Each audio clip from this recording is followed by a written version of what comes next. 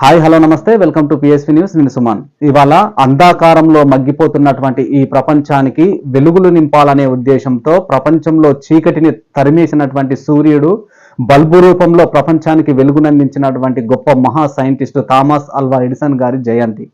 ఆయన 1847వ సంవత్సరం అమెరికాలోని ఓహియాన్ రాష్ట్రంలోని మిలాన్ జిల్లాలో జన్మించాడు. ఆయన తండ్రి జూనియర్ శామ్యూల్ అక్టర్సన్ ఎడిసన్, తల్లి నాన్సీ శామ్యూల్ ఎడిసన్ గార్లకి 7వ సంతానంగా, చివరి సంతానంగా థామస్ అల్వా ఎడిసన్ గారు జన్మించారు. సో ఆయన 7వ ఏటనే తన 2 చెవులు కూడా వినబడకుండా పోయాయి. తనకి వినికిడి లోపం ఉందని ఆ పాఠశాల నుంచి ఉపాధ్యాయులు అతన్ని ఇంటికి పంపించేశారు. తన యొక్క తల్లినే ఉపాధ్యాయులుగా మారి ఆయనకి విద్యాబుద్ధులు నేర్పడం ప్రారంభించారు. ఎలాగైనా ఈ ప్రపంచానికి ఏదో ఒకటి అందించాలనే ఆసక్తితో ఉన్నటువంటి థామస్ అల్వా ఎడిసన్ గారు రైల్వే స్టేషన్ తన నివాస ప్రాంతంగా ఎన్నుకున్నాడు. ప్రయాణిస్తున్నటువంటి రైళ్లలోని బోగినే తన ల్యాబ్ గా మలుచుకున్నాడు. అక్కడ ఉన్నటువంటి రైల్వే అధికారులతో మచ్చిగా ఉంటూ వారు చెప్పిన ప్రతి పనిని కూడా చేస్తూ ప్రయాణిస్తున్నటువంటి రైల్లోని ఒక బోగిలో తాను ల్యాబులో సంబంధించినటువంటి పరికరాలను పెట్టుకుంటానని పర్మిషన్ తీసుకున్నాడు. సో ఎట్టకేలకు అందులో పర్మిషన్ సాధించినటువంటి ఈ థామస్ అల్వా ఎడిసన్ గారు ఆ పరికరాలు కొనుక్కోవడం కోసం అదే రైల్వే స్టేషన్ లో బిస్కెట్స్, స్వీట్లు, కార అమ్మేవాడు. అలాగే గ్రామాన ఇంటింటికి తిరుగుతూ న్యూస్ పేపర్లు అమ్మేవాడు. ఈ వచ్చినటువంటి ఒక్కొక్క రూపాయి, 2 రూపాయలని చాలా పొదుపుగా దాచుకొని తనకు కావలసినటువంటి పరికరాల్ని ఈ ట్రైన్ లో ఉన్నటువంటి ఒక బోగిలో ఉన్నటువంటి ల్యాబ్ లో తాను దాచుకునేవాడు.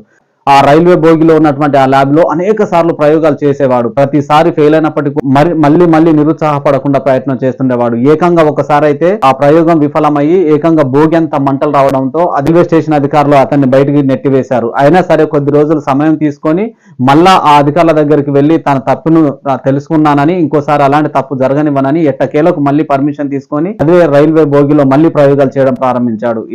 అలా చాలా సార్లు విఫలమైనటువంటి థామస్ అల్వా ఎడిసన్ గారు ఎట్టకేలకి 1878వ సంవత్సరంలో అంధకారంలో మగ్గుతున్నటువంటి ఈ ప్రపంచానికి బల్బుని కనుగొని వెలుగు రూపంలో ఆయన ఇవాళ మనకు కనిపించాడు. అలాగే తనకి వ్యక్తిగతంగా వినికిడి లోపం ఉన్నప్పటికీ కూడా ఈ ప్రపంచమంతా వినే విధంగా మొట్టమొదటిసారిగా 1877వ సంవత్సరంలో టెలిగ్రామ్ నమూనాని ప్రతిపాదించాడు.